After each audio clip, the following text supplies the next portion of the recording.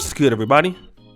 It's your boy, O'Shea Duke Jackson, back at it again with another episode of The Celebrity Jump.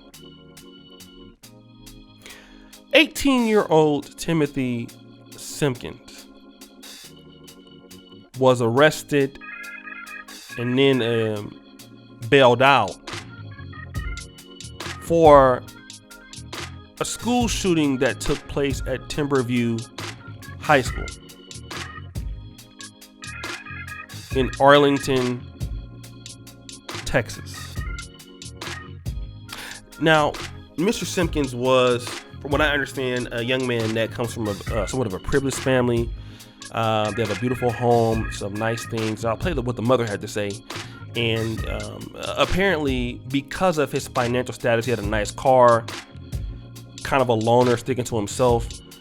Some of the other young African-American men did not like that. And so because of that, he was an easy target. He would not fight back. He was stripped naked before, robbed of his stuff. And Mr. Simpkins had enough and apparently went back to the school to defend himself. And 4 people were shot, okay? Now, and this was with a .45 caliber handgun. So you know, he could have definitely killed people.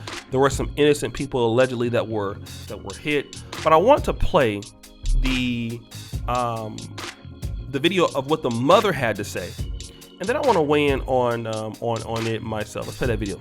He was scared. He was afraid. There's a video that's all out on social media, and it shows that he was being attacked.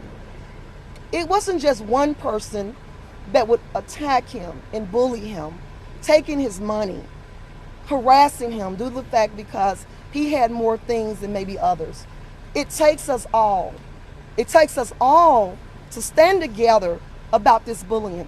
It could have been a situation where he took the other turn and decided to commit suicide. What the decision that he made, taking the gun, we're not justifying that. That was not right. But he was trying to protect himself. And so we hope that the police department does the investigation properly. There are going to be independent investigations that's going to be done as well, so that we can get to the bottom of really what happened.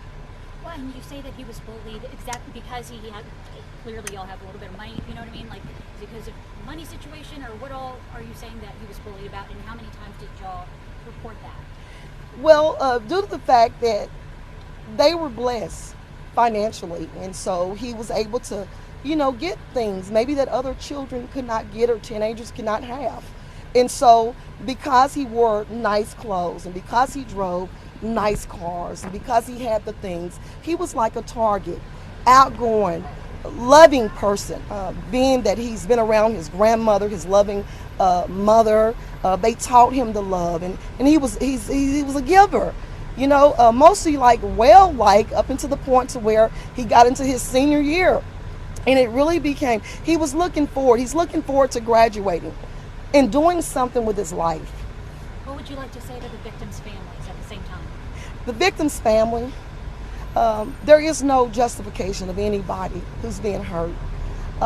We have to take a look at the fact that bullying is real, and it takes us all. And I do apologize. We ask as a family for forgiveness of any type of hurt. It was never intention for it to go on like this. So you've heard what she had to say. Let me just say this, and I talk to Brother George quite often. He has a son that's in Philadelphia school. And we know that a lot of these kids that go to public schools come from disadvantaged homes. When you send your child to a school, unfortunately, that has people that come from disadvantaged homes, this is the crapshoot, unfortunately. This is why I want to work so hard to be able to send my children to school so they don't have to go through this. But it happens. Okay? When you're 18 and you're being embarrassed like that, you know, because at 40, you can understand the consequences of life. But then you're 18 and 24, and all you have is the fact that, 18, 17, 16, the way that people think of you is all that you have. You can literally kill yourself, which one girl did in South Africa. Somebody beat her up, slapped her, and she killed herself, right? Because she didn't understand that there was more to the world than just it pass over. So when you're 18 and you're being humiliated like that, you don't have enough understanding that, hey, I need to go to the police. I need to tell what's going on. And his father had also been, I think, beat to death, right? And so he was getting death threats, things like that. So he did what he tried to do, which is protect himself, because the police come afterwards. All right. And what he made was the wrong decision. But what I want to talk about right now is what kind of children are coming up in these schools. We know there's always have been bullies, but stripping people naked, that's new.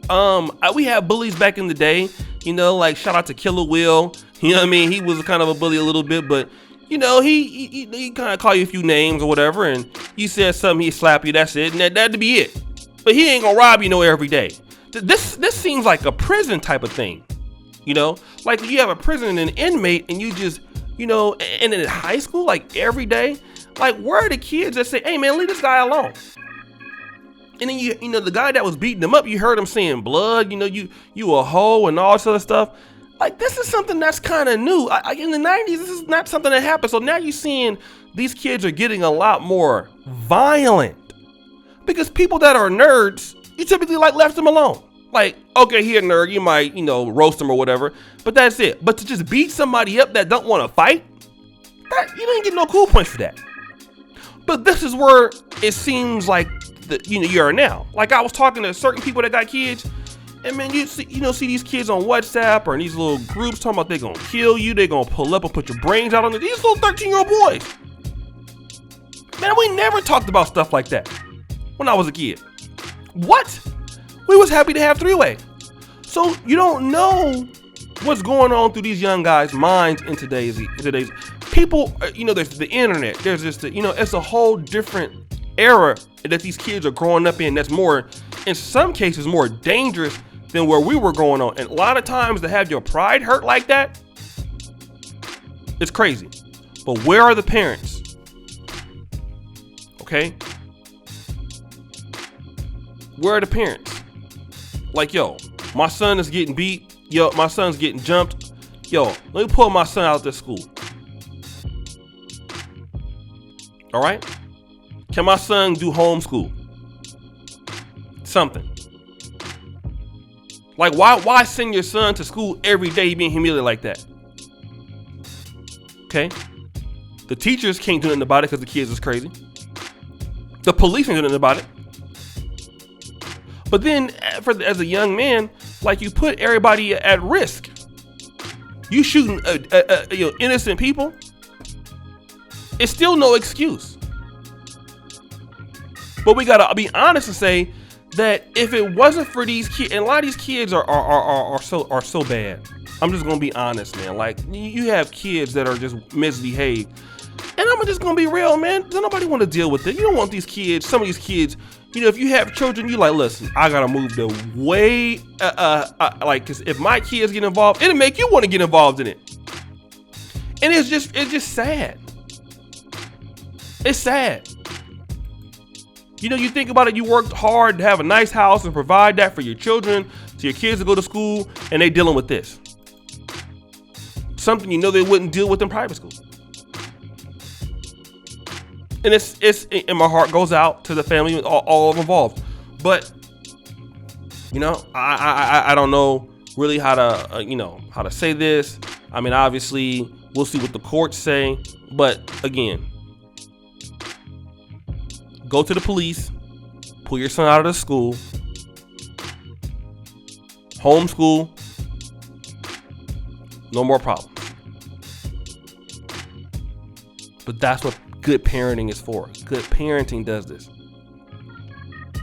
But guys, what do you think? It's your boy, O'Shea Duke Jackson, back at it again with another episode of The Celebrity Junk. I really appreciate you for all that you do. Subscribe with the bell. Check out the first comment at the top. And as you know, the buffoonery remains all-time high.